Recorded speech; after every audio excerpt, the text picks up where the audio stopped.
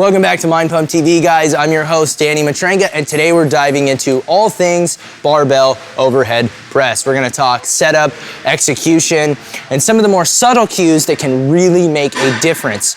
Now, I wanted to say a special thanks to Momentous for helping us bring you this video today. And we've actually secured a special deal for Mind Pump subscribers at www.livemomentous.com/Mind Pump. So make sure you go check that out after this video. And without further ado, let's dive into the OHP. One detail before we get into setup and execution is kind of pre-qualifying if your shoulder's even gonna agree with this lift. And I actually talked to a room full of trainers about this the other day, and that is the overhead ability of your client, or in this case, yourself probably, that comes from being able to move that shoulder forward into flexion. And a really good way to tell if you can do it is if you can keep your ribs down and your core engaged, and you can move your arm into overhead flexion so far as that your ear becomes visible. If you can't quite get past your ear, you're gonna have a hard time holding a barbell with any significant amount of weight in that position. And I mean, that kind of makes inherent sense, right? That if I can't get here without weight, I probably shouldn't put a ton of weight there. So I'll make sure to link a video in the description below of mobility specific to the overhead press. If you can't get there, or you find that when you do this, you maybe lean back a little bit too much through that thoracic spine, so that'll throw everything off. You won't be properly loading the deltoids and the triceps. In fact, you'll probably just be getting some mid-back pain and even a little bit of chest. And I'm sure you've seen people that probably do a whole lot of this when they press, even with dumbbells. It's not that they're doing it wrong per se, it's just that they're trying to get the bar into this space, but they don't have the ability to do it exclusively with the shoulders, so they have to lean back and flex a little bit through the spine, which in the long run isn't gonna be inherently safe, and it's certainly not gonna make you a better lifter. So now let's dive into, after you've qualified your ability to press, how to set up from toes to nose. First thing I wanna set up whenever I do anything in the overhead position is my feet. I want to be grounded and I want to be stable. Now, a lot of people will press from a staggered stance, or they'll default to a staggered stance and they don't quite know why, and that's to try to build stability. If they start in an initially too narrow position, as they progress the set, you might even see them drop a foot back farther and farther. So for your setup, I actually want you to kind of find your naturally powerful squat stance, bring it in a little bit from that place, tighten the glutes, grip the floor with your feet, and you will feel very stable in this position. I want you to think of your shoulders, hips, and knees kind of being stacked on top of each other. I don't want you off kilter, and I want you to take a look at your toes specifically and make sure that they're right across from one another and one foot isn't too far out in front or too far behind. From that setup, then we look at the trunk. I want to make sure that my abs are engaged, my ribs are down and not up. And then this simple portion of just grabbing the bar, I like to go slightly outside shoulder width. I find that that is the most comfortable position for me. I also find that it is the most comfortable position for most lifters. It will also help you get a better range of motion than if you go much farther forward or much more narrow, in which case you might do some damage to that shoulder and get something we classically refer to as an impingement, because you're gonna have too much internal rotation and flexion, which is kind of a nasty combo.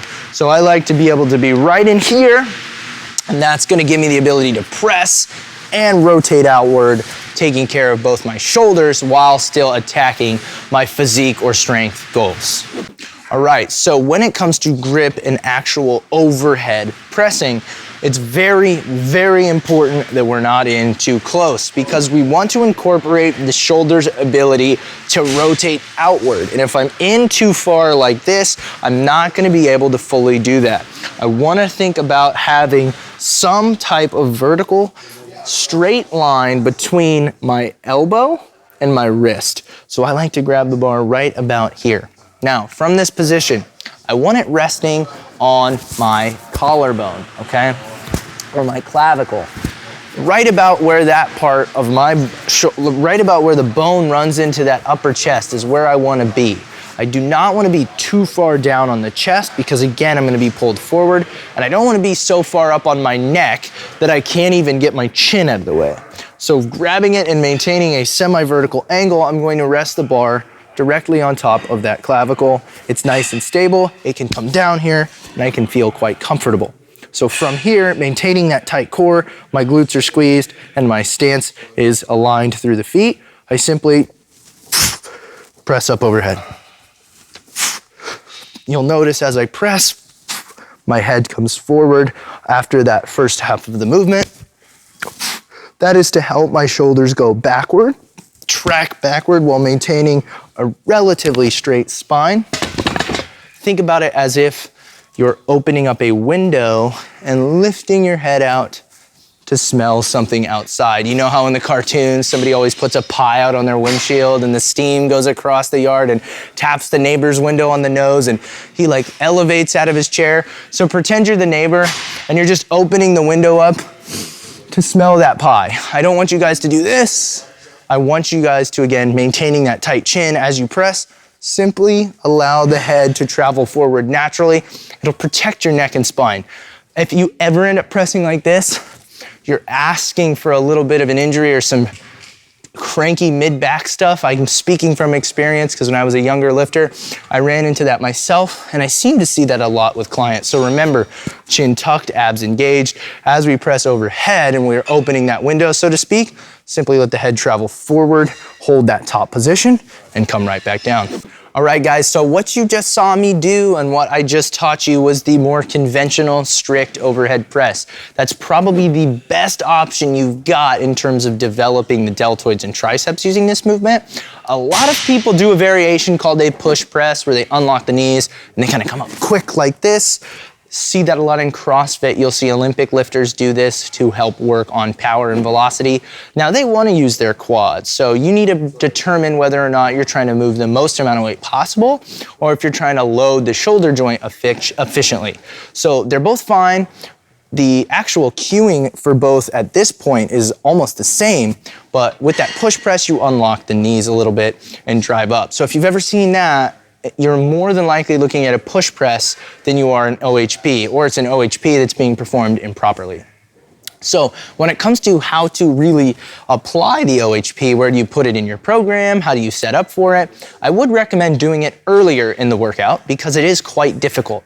I do kind of categorize it with all the other compound movements like bench presses, squats, and deadlifts because one, again, it is done on a barbell, but two, it revolves around a variety of joints and requires a lot of energy and attention to be done properly. So make sure you warm up your rotator cuffs, your upper back, your core, and your trunk stabilizers so that you are rock solid before you press. I would recommend doing it either with your first movement of the day and emphasizing that as a compound or as a secondary accessory piece, but I wouldn't load up really heavy OHPs late in a workout after you've fatigued your shoulder. You could be asking for a little bit of trouble. If you'd like to do that, I would recommend switching to a machine press or a dumbbell press. This isn't something that I would superset much with. Again, consider it more as an opportunity to build a lot of strength and really load that shoulder, not necessarily as a lift that should be taken lightly or tossed in with a superset to get a pump. So for your repetition ranges, you have a variety of things you might want to do. You could do lower volume in that 1 to 5 range if you're truly emphasizing strength.